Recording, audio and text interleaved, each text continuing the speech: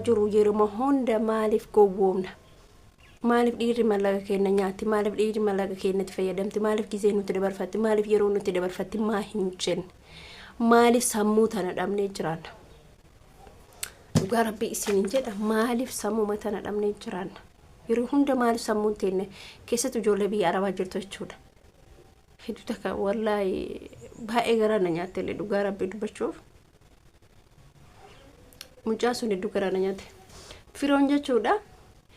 Gizee rakkina keessa jiru rakkoo isaatti dabarfatee hiyyummaa isaa suuraa isaa itti yaani jechuun intala sanitti intala suni suudii keessatti qaama qabdee na fakkaate akka beekutti akkas na fakkaata. Gizee inni rakkate bira dhaabattee gizee inni beela gizee inni dhoobate gizee inni darbaa hundaan isa jiraachisaa turte. Mana nama daladee ulfa garatti baatti. Har'a san hunda dagatee biyya galee abbaa qabeenyaa tokko irraa yookiin immoo tuun jiraa mitiire akka balu fuudhallee morma nama jedhame. Kombortaa godhate jedha. Taaja matarra godhate jedha akka. Haftaamiin akkasitti fuudhachuudha. Meeqa qabaa ulaala nuti ijoolleen biyya Arabaa hamma nuti gowwoomna, hamma dhiirri nuti dhiqattu, hamma dhiirri nuti miijatu, hamma dhiirri nuti uffattu, hamma nuti kabajaan qabne. As deebi'ee amma san dhiisee jechuudha. San dhiisee haadha ilmaa dhiisee as maana araarsan jedhini ummataan. Isitu heerume na araarsa haadha ilma kiyyaati maa jechuun garaa nyaate. Wallahi fudh yoon argitan morka jaaffee morka mu'aaz. Mu'aaz sun illee biyya Arabaatti dhalaatti birma Arabaatti ka'ee fuudhe. Assalaamu alaykum warahmatullahi wabarakatuh. Kum jirtu nagaa keessanii fayyaa keessanii jecha. Qalbiin teenya yeroo hunda nuun guutu. Qalbiin teenya yeroo hunda nuun guutu. Senegale kanaaf waan isin jechuu barbaadu. Hedduu takka nagaddisiise wallahi nagaddisiise. Hammana guutuu tuffatamne, hammana guutuu kabaja dhabne, hammana guutuu nama dhabne, hammana guutuu sammuu dhabne, hammana guutuu hir'ina godhanne nuti hammanuma guutuudha. Maaf namni isi bichaa miti namoota hedduu jechuudha. Biyyuma keessa ta'anii biyya Arabaa ta'anii fakkeenya gizee dabarfatanii ka'anii gizee nurratti dabarfatanii hiyyummaa isaanii nurratti muuxatanii ka'anii achi kan dhalaa biyya keessaa fuudha.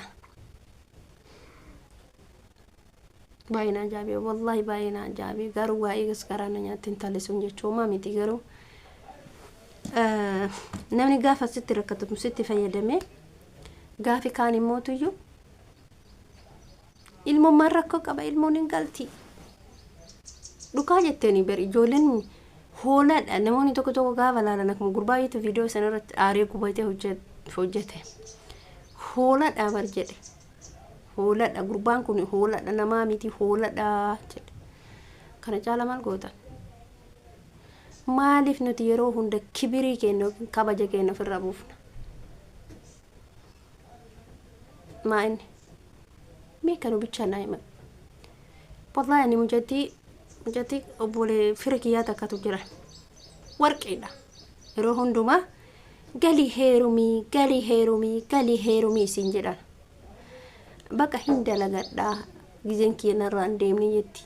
Wallahi hedduu takka isii taazaba. Maaliif ree hin dalagattu? Dhiirri jibbaachiftee jirti. Dhiirri yeroo dabarfatu malee mallaqa kee malee bari. Ana wallahi takka na ajaa'ibe. Akkumatti qalbiin teenya nuti ijoollee biyya Arabaa kana nu keessa cororomti. Maaliif cororomti? Maaliif dhiira ofirraan qabuu hin dandeenye nuti gizee biyya Arabaa jirru? Bakka ijoolleen biyya Arabaa jiran hedduu baay'ee garaa laafan. Wallahi garaa laafan. Dhugumatti hedduu takka garaa laafan. Sirriitti garaa laafan. Maaliif nuti gaafa namni rakkatu xin jenne jala feena. Gizee inni nu bira jiru nu jaalata jenna. Gurbaan kun eessa jirti ilmoon tiyya maal nyaatti ilmoon tiyya maal dhugdi ilmoon isaa tuni isaa taammini tuffate haadha isii tuffatee gatee biyya arabaatitti gatee asitti mootuyyuu tabira sargiidhan wareessee fuudhu tuni ilmoon tun boru guddattee bakka guddaa ga'uu dandeetti. Isiin illee boru bakka isiin illee beekamu waan rabbiin isii katabe. Riskiin isii lafa jirti garuu inni immoo hamma inni tuffatame. Isinitti fakkaateen hin jaalatama hamma inni tuffatame. Dubartii biratti garuu dubartoonni aqlii qabdan gurbaa san kabaja goonettanii hori yaaddan abadan sammuu keessan keessatti seef hin ta'in. Hundinuu karaan keenya kanuma jedha yaada. Biyya keessatti dhiironni dhalaa achii mana itti ijaarte bajaajii itti bittee nama gootee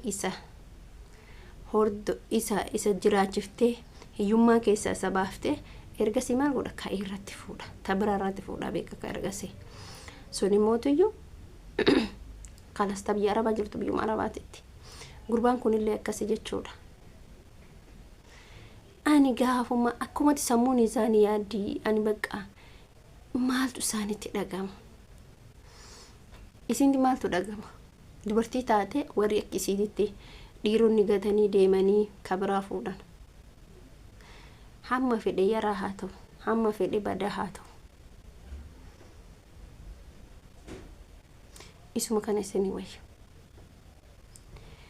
isuma isa kam isinii wayya isinitti fakkaata haba isin amma namoota tokko hin jirtanii miti wallaahi lasiim jechuudha dhiira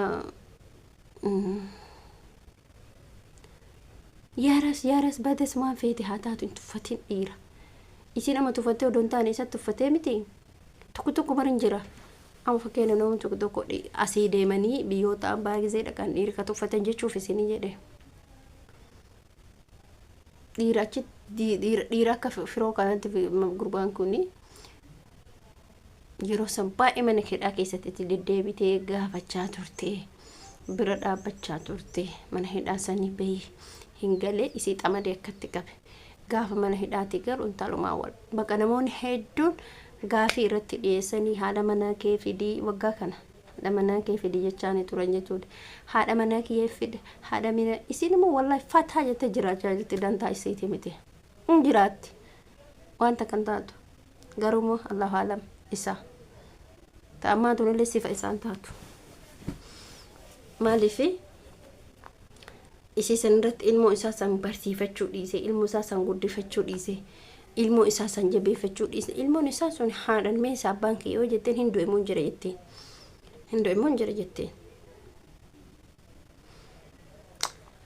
baay'ee nama dhiba. Ani viidiyoo kee asuma irratti dhaabaa ijoollee biyya arabaa jirtan immoo barumsa isinii ta'a. Wantoonni dhiironni shamarran biyya arabaa irratti dhiironni biyya keessa ta'ee biyyaan baas jiran nurratti hojjetan waa baay'eedha. Kanaafuu uf gattanii hin taa'ina uf duras eeggadha.